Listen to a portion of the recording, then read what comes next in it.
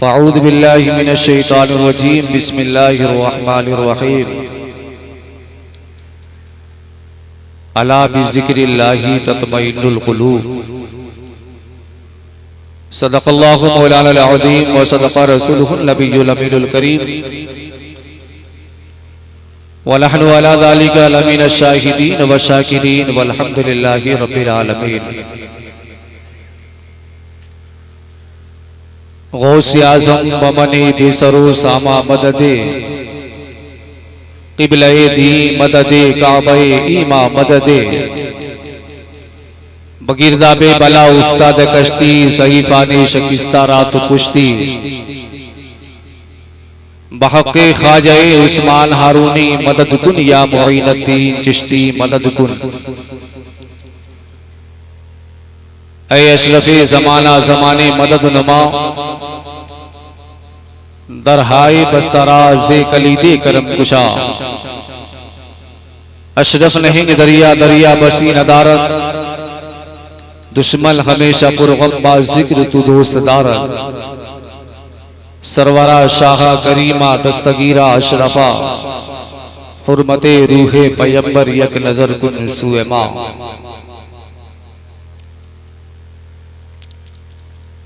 आइए कुछ गुफ्तो शुनीद से पेशतर हुसूल बरकत के लिए आक़ाए दो आलम नूरे मुजस्सम शहरियारे इरम ताजदारे हरम नौशए बज़्म जन्नत शबे असरा के दूल्हा भीख देने वाले दाता व मौला जनाबे मोहम्मद रसूलुल्लाह सल्लल्लाहु ताला अलैहि वसल्लम की बारगाहे गुहरबार में झूम करके दुरूद शरीफ पढ़ने अल्लाहुम्मा सल्ली अला सय्यिदिना व शफीअना व हबीबना व मौलाना मुहम्मद व बारिक वसल्लम सलातो व सलाम अलैका या रसूल अल्लाह सल्लल्लाहु ताला अलैहि वसल्लम। हमारे उस्ताद मोहतरम नासिर मसलकी आला हजरत मुस्लिह कौमो मिल्लत हजरती अल्लामा मौलाना अलहाज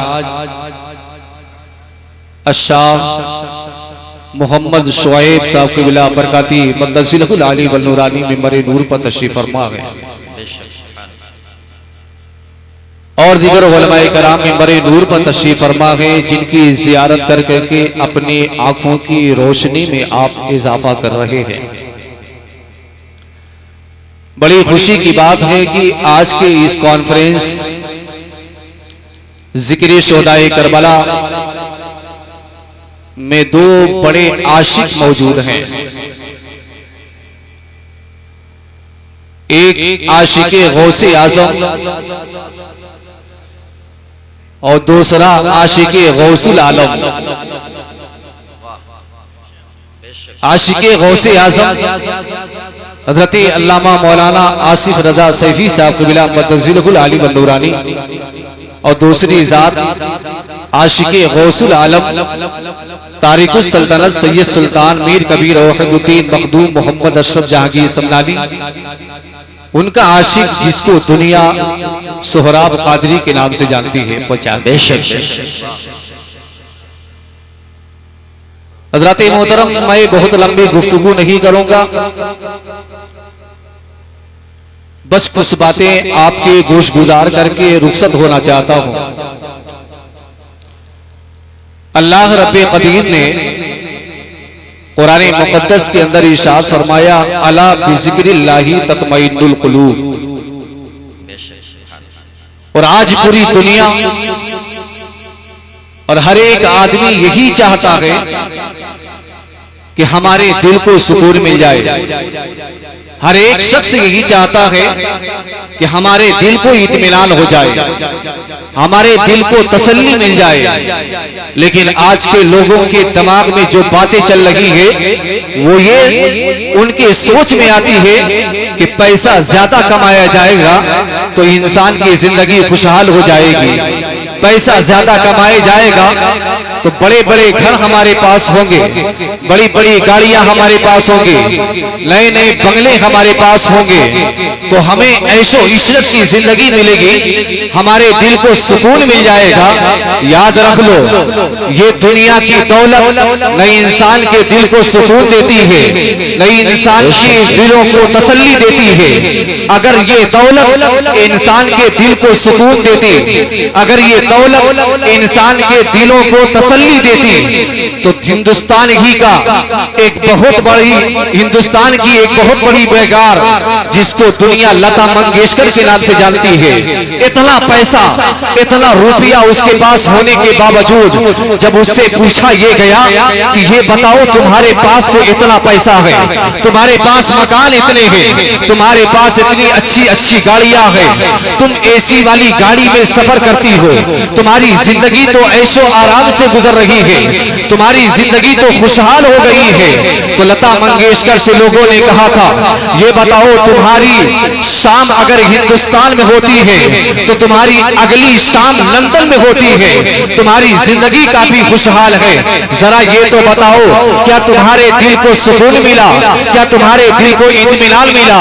तो लता मंगेशकर ने कहा था कि मेरे पास दौलत तो बहुत है, मेरे पास मकान तो बहुत है, मेरे पास रुपया तो बहुत है, लेकिन मेरे दिल को सुकून लगी। आओ जरा और आपके जहन को करीब करूं।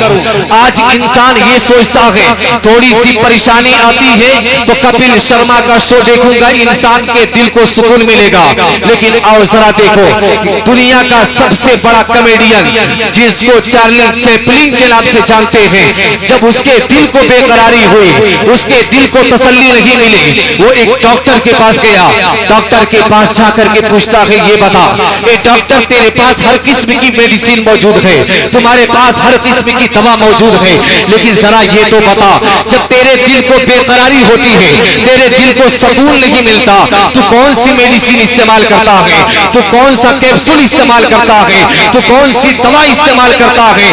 तो डॉक्टर ने कहा था जब मेरे दिल को सुकून नहीं मिलता, जब मेरे दिल को बेकरारी होती है, जब मेरे दिल को बहुत ज्यादा बेचैनी होती है, तो एक कॉमेडियन है जिसका नाम है चार्ली चैपलिन, मैं उसकी कॉमेडियन को देखता हूँ, थोड़ी देर हंसता हूँ दिल को सुकून मिलता है, थोड़ी देर हंस लेता हूँ दिल को थोड़ी राहत मिलती है।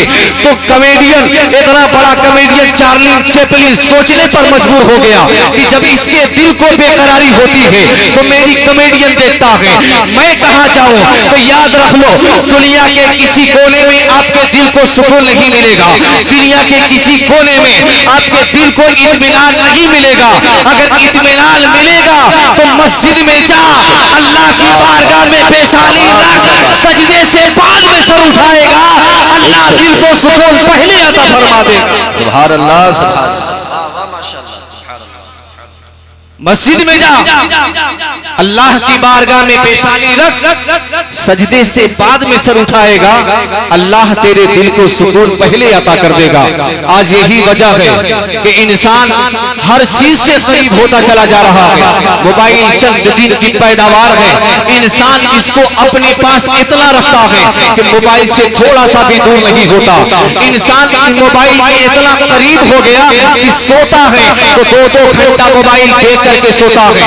ये इंसान मोबाइल के इतना करीब हो गया कि जब तक 4 घंटा मोबाइल नहीं इस्तेमाल करता इसको सुकून नहीं मिलता, इसके दिल को राहत नहीं मिलती, इसकी आंखों को चैन नहीं मिलता, इसको रात में नींद नहीं आती। अरे इस छोटे से डब्बे के चक्कर में क्यों पड़े हो? 14,500 साल पहले पैगंबर इस्लाम ने हमको एक ऐसी किताब अता फरमाई है जिस किताब का नाम कुरान मजीद है। अगर रात में सुकून न मिले, अगर रात में इत्मीनान न मिले तो कहीं मत जा, अल्लाह का कलाम पढ़, तेरे दिल को सुकून भी मिल जाएगा, अल्लाह तुझे अच्छी नींद भी अता फरमाएगा। जिंदाबाद जिंदाबाद, सुभान अल्लाह। अल्लाह आपको दिलों को सुकून भी अता करेगा और अल्लाह पाक आपको अच्छी नींद भी अता करेगा। आज आप देख ले दुनिया के अंदर एक से एक बीमारी पाई जाती है, किसी को हार्ट है, किसी को ट्यूमर है, किसी को दम्मा है, किसी को टीबी है, किसी को कुछ है। इतनी बड़ी बड़ी बीमारी आज पैदा हो गई कि अगर इंसान को लग जाए तो इंसान की जिंदगी बर्बाद हो जाए, इंसान का रुपया पैसा सब कुछ तबाह हो जाए। याद रख लेना, हर चीज से दिल लगाने से कुछ फायदा नहीं होने वाला है, लेकिन अल्लाह के घर से अपने दिल को जोड़ लोगे, अल्लाह के घर से अपना रिश्ता मजबूत कर लोगे, तो अल्लाह पाक जो चीज चाहोगे अल्लाह तुझे अता फरमाएगा। आप कहां खो गए हो? अल्लाह ने हमें 5 वक्त की नमाज अता फरमाई है, इसी 5 वक्त की नमाज में अल्लाह ने सब कुछ दे दिया है। अगर रात में नींद नहीं आती, अगर रात में सुकून नहीं मिलता, तो पैगंबर इस्लाम इरशाद फरमाते हैं, ऐशा की नमाज पढ़, वजू बना के बिस्तर पर जा और मेज पर दुरूद पढ़ या कुरान की आयतें पढ़। अगर तू कुरान की आयतें पढ़ेगा तो तुझे नींद की गोली खाने की जरूरत नहीं पड़ेगी। आज हर एक इंसान चाहता है अच्छी रोजी मिल जाए, खूब ज्यादा रुपया पैसा मिल जाए, तो कहीं मत जा, मस्जिद में जा, फज्र की नमाज पढ़, फज्र की नमाज पढ़ने के बाद कारोबार में लग जा, अल्लाह बहुत बरकत अता फरमाएगा। आगे और बढ़िए, सुहर की नमाज पढ़, अल्लाह वो खूबसूरती अता फरमाएगा कि आप देख करके परेशान हो जाओगे। आज और आप देखिए, आज इंसान ये सोचता है कि काजू बादाम खाएंगे तो ताकतवर हो जाएंगे। आज इंसान ये सोचता है कि हम काजू पिस्ता खाएंगे तो हमारे जिस्म में ताकत और कुव्वत पैदा हो जाएगी। लेकिन आओ जरा देखो, 1450 साल पहले पैगंबर इस्लाम ने इरशाद फरमाया कि तुम ये सोचते हो कि ये दुनिया की मसनूई चीजें जो बनाई गई इसको खाओगे तो ताकतवर बन जाओगे। लगी आओ जरा देखो, मेरे रसूल इरशाद फरमाते हैं कि असर की नमाज पढ़, जो ताकत तुझे काजू बादाम से अल्लाह नहीं अता करता, अल्लाह असर की नमाज पढ़ने से वो ताकत अता फरमाएगा कि दुनिया के किसी चीज में वो ताकत तुझे नसीब नहीं। और आगे बढ़ो, मगरिब की नमाज, पैगंबर इस्लाम इरशाद फरमाते हैं कि मगरिब की नमाज जब इंसान पढ़ता है तो अल्लाह तबारक व तआला उसकी औलादों को मती और फरमा बरदार बना देता है। अल्लाह पाक उसकी औलादों को मती और फरमा बरदार बना देता है। आज हर एक आदमी, जब बच्चा 6 साल 10 साल तक खेलता कूदता रहता है तो आदमी बड़ा मुतमईन होता है। जैसे ही 12 साल पार किया, 12 साल के बाद रात में 2-2 घंटा 4-4 घंटा मोबाइल चलाता है, दिन में बैठ के 2-2 घंटा मोबाइल चलाता है, आदमी परेशान हो जाता है। कहां जाता? मौलाना साहब के पास कि हजरत कोई तावीज बना दीजिए। क्या बना दीजिए? कोई तावीज बना दीजिए, मेरा बेटा बड़ा बिगड़ गया है, मेरा बेटा हर वक्त मोबाइल चलाता है, किसी की बात नहीं सुनता, न मेरी बात सुनता है, न अपनी माँ की बात सुनता है, न बड़ों की बात सुनता है, किसी की बात को नहीं सुनता। अब जरा देखो, जिस वक्त तुझे अपनी औलाद को तरबियत सिखानी थी, जिस वक्त आपको अपनी औलाद को लोगों से मिलने का सलीका सिखाना था, जिस वक्त अपनी औलाद को बड़ों की असमत बतानी थी, जिस उम्र में अपनी औलादों को उलमा मुशाइख के सामने बैठने की तरबियत देनी थी, उस वक्त तो गाफिल था, ना अपने बच्चे पर ध्यान दे रहा था। आज 12 साल पार कर गया तो तू परेशान हो गया, मेरा बेटा बिगड़ गया है, मेरा बेटा सुधर कैसे जाए? किसी मौलवी मुल्ला की ताबीज से कुछ होने वाला नहीं है। याद रख लो, तुम अपने मकान के बाहर अगर अमरूद का दरख्त लगाओ और मेरे पास आओ या मौलाना शोएब अहमद साहब के पास आओ और कहो हजरत कोई ताबीज बना दीजिए, हमारे मकान के बाहर एक अमरूद का दरख्त है, कोई ऐसी ताबीज बना दीजिए कि अमरूद पैदा होने के बजाय सेब पैदा हो जाए। ये मुमकिन नहीं है, क्योंकि निज़ाम कुदरत के खिलाफ है। मौलाना शोएब भी कहेंगे पागल हो गया है, अमरूद का पेड़ लगाया है तो अमरूद ही तो पैदा होगा, अगर सेब का लगाया होता तो सेब पैदा होता। आज हर एक आदमी परेशान है कि उसकी औलाद बिगड़ी हुई है, उसकी औलाद सुधरे कैसे? पैगंबर इस्लाम ने 1450 साल पहले बता दिया कि वो मेरा उम्मती जो 5 वक्त की नमाज पढ़ता है, अल्लाह औलाद अता करता है और वो औलाद मती और फरमा बरदार अता फरमाता है। लेकिन कौन ऐसा करता? आज हर एक आदमी मस्जिद से दूर है और यही वजह है मस्जिद से दूरी ही इंसान को तबाही और बर्बादी की तरफ ले जा रहा है। आखिरी बात, मुझे बहुत ज्यादा टाइम नहीं दिया गया, लेकिन एक बात आपको पूरे दावे के साथ कह सकता हूं कि जब आसिफ रजा सैफी साहब आएंगे ना, उस वक्त एहसास ये होगा कि वाकई हम वो जलसा सुन रहे हैं जो 1400 साल पहले जैसे जलसा हो रहा था। बिल्कुल शाइस्तगी और नर्म लहजे में वो गुफ्तगू करते हैं। आखिरी बात मेरे सुन ले, किसी से रिश्ता मजबूत करे ना करे, अल्लाह उसके रसूल से रिश्ता जरूर मजबूत कर ले। जब आप इन रिश्तों को मजबूत कर लेंगे, अल्लाह कभी आपको रुसवा नहीं होने देगा। आए जरा देखिए, गांव है, एक आदमी जिसके पास कोई औलाद नहीं, उसके पास कोई औलाद नहीं, बड़ी दुआ की, ए परवरदिगारे आलम मुझे एक औलाद अता फरमा दे। बड़ी दुआओं के बाद, बड़ी मन्नतों के बाद अल्लाह ने उसे एक बेटा अता किया। औलाद की कीमत क्या होती है, औलाद किस दर्जे का अहमियत रखता है, ये कौन जानता है? उससे पूछो जिसकी औलाद लगी है। औलाद बहुत बड़ी दौलत है, औलाद बहुत बड़ी अल्लाह की नेमत है। बड़ी दुआओं के बाद, बड़ी मन्नतों के बाद एक बेटा पैदा हुआ। जब वो बेटा 5 साल का हुआ, बाप निहायत ही गरीब, बाप बहुत ज्यादा मुफलिसो कल्लाश, लेकिन अल्लाह की इबादत, अल्लाह से उसका रिश्ता बड़ा मजबूत था। इत्तेफाक ऐसा था कि उसका बेटा ऐसी बीमारी में मुब्तला हो गया, ऐसी बीमारी लग गई कि डॉक्टर ने बताया कि अगर 5 लाख रुपया तत्काल जमा नहीं किया जाएगा तो तेरा बेटा बचेगा नहीं। अब वो आदमी चाहे तो किसके पास जाए? 5 लाख का खर्चा डॉक्टर ने बता दिया। आज भी डॉक्टर, नारे तकबीर, नारे रिसालत, नारे रिसालत, आशिके गौसे आज़म हजरत अल्लामा आसिफ रजा सैफी साहब कुबरा, नारे तकबीर, नारे रिसालत। बस यही मेरी बात सुन ले, मेरी गुफ्तगू खत्म हो जाएगी।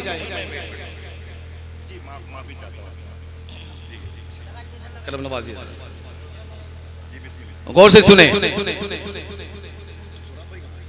डॉक्टर ने कहा कि तत्काल 5 लाख रुपया जमा किया जाएगा तब तेरा बेटा बचेगा, वरना तेरा बेटा बचेगा नहीं। अब ये आदमी निहायत गरीब, और ये दुनिया इतनी जालिम है कि अमीर की सब सुनते हैं, गरीब की कोई नहीं सुनता। अमीर की सब सुनते हैं, गरीब की कोई नहीं सुनता। अगर गरीब की कोई नहीं सुनता, अल्लाह वाले ऐसे हैं, गरीब नवाज के दरबार में चला जा। मेरा गरीब नवाज ऐसा है कि गरीबों की सुना करता है। और जरा देखो, उसने सोचा कि मैं मांगू तो किससे मांगू? ये दुनिया बड़ी जालिम है। 1 रुपया देती है तो गले हिसान जताती है, 5 रुपया देती है तो लोगों के सामने ताना देती है। आखिर फरियाद करूं तो किससे करूं? वो आदमी रात भर अपने बिस्तर पर करवटें बदलता रहा। जब रात की तारीकी बिल्कुल छा गई, सारा आलम सो गया, हर तरफ सन्नाटा छा गया, तो उसके दिमाग में ख्याल आया, उसके दिमाग में एक बात आई कि सारे दरवाजे बंद हो गए, लेकिन एक दरवाजा ऐसा है जो कभी बंद नहीं होता, वो अल्लाह रब्बे कदीर के घर का दरवाजा है जो कभी बंद नहीं होता। उसने सोचा रब की बारगाह में जाता हो, रब की बारगाह में फरियाद करूंगा।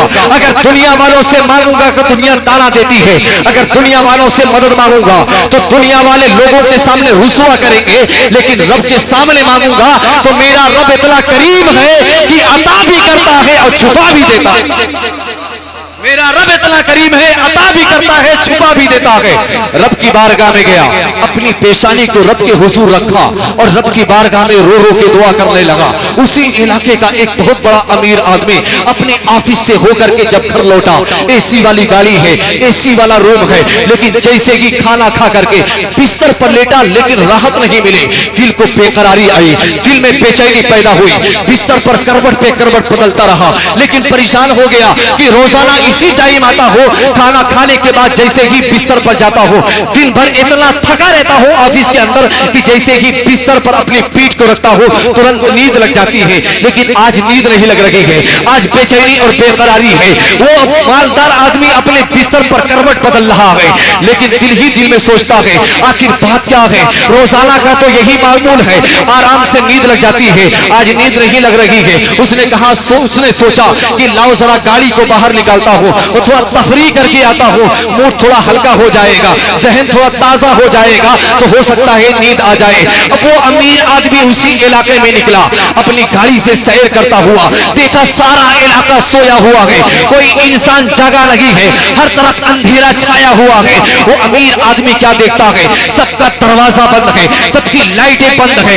लेकिन मस्जिद का दरवाजा खुला हुआ है, मस्जिद के अंदर लाइटें चल रही है। वो इंसान सोचने पर मजबूर हो गया कि सबकी लाइटें बंद है, लेकिन मस्जिद का दरवाजा खुला है, मस्जिद के अंदर लाइटें चल रही है। वो अपनी गाड़ी से निकलता है, निकलने के बाद जैसे ही मस्जिद के करीब गया, उसने सोचा मस्जिद को बंद कर देता हो सकता है कोई भूल गया हो, मस्जिद के अंदर जानवर घुस जाएंगे, मस्जिद के अंदर कोई जानवर घुस जाएगा, मस्जिद नापाक कर देगा। उसने ये सोच करके जैसे ही मस्जिद के करीब गया, दरवाजे पे जैसे ही खड़ा हुआ कि मस्जिद के अंदर से हिचकियां लेने की आवाज सुनाई दी। कोई है जो सारों कतार रो रहा है, कोई है जो अपनी पेशानी को सजदे में रख करके रब की बारगाह में इल्तिजा कर रहा है, ए परवरदिगारे आलम मेरी मदद फरमा, ए परवरदिगारे आलम मेरे पर रहम फरमा, ए परवरदिगारे आलम बड़ी मुद्दतों के बाद, बड़ी दुआओं के बाद तूने एक बेटा अता किया था, बड़ी मुद्दतों के बाद तूने एक औलाद अता फरमाई थी। ए परवरदिगारे आलम बहुत ज्यादा पैसा डॉक्टर मांग रहे हैं, इंतजाम करूं तो कहां करूं। ए परवरदिगारे आलम तेरी बारगाह में फरियाद कर रहा हूं, तेरी बारगाह में दुआ कर रहा हूं। ये अमीर आदमी करीब खड़ा होकर के सुन रहा था, सुनते सुनते जैसे ही उसकी हिचकी बंद हो जाती है, उसने उसके पीठ पर हाथ रखा। वो गरीब आदमी अपनी पेशानी को सर से उठाता, अपनी पेशानी को सजदे से उठाता है, मुड़ करके देखता है कोई खड़ा है। वो अमीर आदमी कहता है आखिर किस वजह से तू इतना रो रहा है,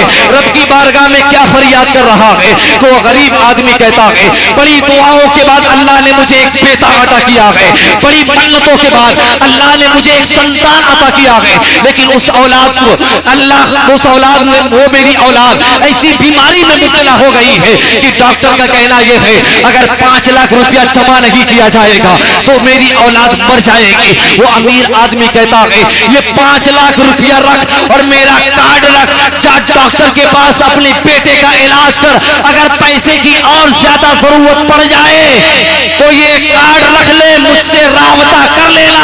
वो अमीर आदमी अपनी पेशानी को सजदे में रखता है और परवरदिगारे आलम की बारगाह में फरियाद करता है, ए परवरदिगारे आलम जो भी तेरी बारगाह में सच्चे दिल से मांगता है तेरी बारगाह से कभी महरूम नहीं होता। और अमीर आदमी से कहता है ए अमीरजादे, ए अमीरजादे मुझे आपके कार्ड की जरूरत लगी है, मुझे आपके नंबर की जरूरत लगी है, मुझे आपसे राब्ते की जरूरत लगी है, मुझको तो सबसे बड़ा पता मिल गया है। अब जब भी पैसे की जरूरत पड़ेगी मैं कहीं नहीं जाऊंगा, रब की बारगाह में आऊंगा, अपनी पेशानी को रखूंगा, अल्लाह सब कुछ अता फरमा देगा। और यही हमसे नहीं होता। 12 बजे तक आदमी सोया रहता है, 10 बजे तक आदमी सोया रहता है, फजर के वक्त कोई नहीं उठता, न जोहर की नमाज, न असर की नमाज, न मगरिब की नमाज, न ऐशा की नमाज, न फजर की नमाज, कोई नमाज नहीं। अब ये बताएं कि नमाज हम नहीं पढ़ते, हम नहीं बर्बाद होंगे तो कौन बर्बाद होगा? हम नहीं बर्बाद होंगे, हम नहीं परेशान होंगे तो कौन परेशान होगा? अल्लाह ने कुरान दिया है, कुरान को पढ़, अल्लाह बरकत अता करेगा। अल्लाह ने नमाज दिया है, नमाज पढ़, जो कुछ चाहिए अल्लाह सब कुछ अता करेगा। और नमाज से दूर रहोगे तो याद कर लो दुनिया में भी खसारे में पड़ोगे और कयामत में भी खसारे में पड़ जाओगे। इसीलिए मैं कहता हूँ कि याद रख लो, अगर दुनिया की कामयाबी चाहते हो, आखिरत की कामयाबी चाहते हो तो मस्जिद से रिश्ता मजबूत कर लो, अल्लाह दुनिया भी अता करेगा, अल्लाह आखिरत भी अता करेगा। समझ रहे हैं? इसलिए नमाज की पाबंदी आप करें, कुछ करें ना करें, नमाज पढ़ने के बाद आपको जो भी काम करना वो काम करें, लेकिन नमाज की पाबंदी जरूर करें। अल्लाह रब्बे कदीर की बारगाह में दुआ है, मौला तबारक व तआला हम तमाम लोगों को अपने रसूल के बताए हुए तरीके पर अमल करने की तौफीक अता फरमाए। जो कुछ बयां हुआ मौला तबारक व तआला हमें खुद पहले उस पर अमल करने की तौफीक अता फरमाए। सब लोग मिल करके पढ़ लें अस्तगफिरुल्लाह रब्बी मिन कुल्ली ज़ंबिन व अतूबु इलैहि ला इलाहा इल्लल्लाहु मुहम्मदुर रसूलुल्लाह सल्लल्लाहु तआला अलैहि वसल्लम।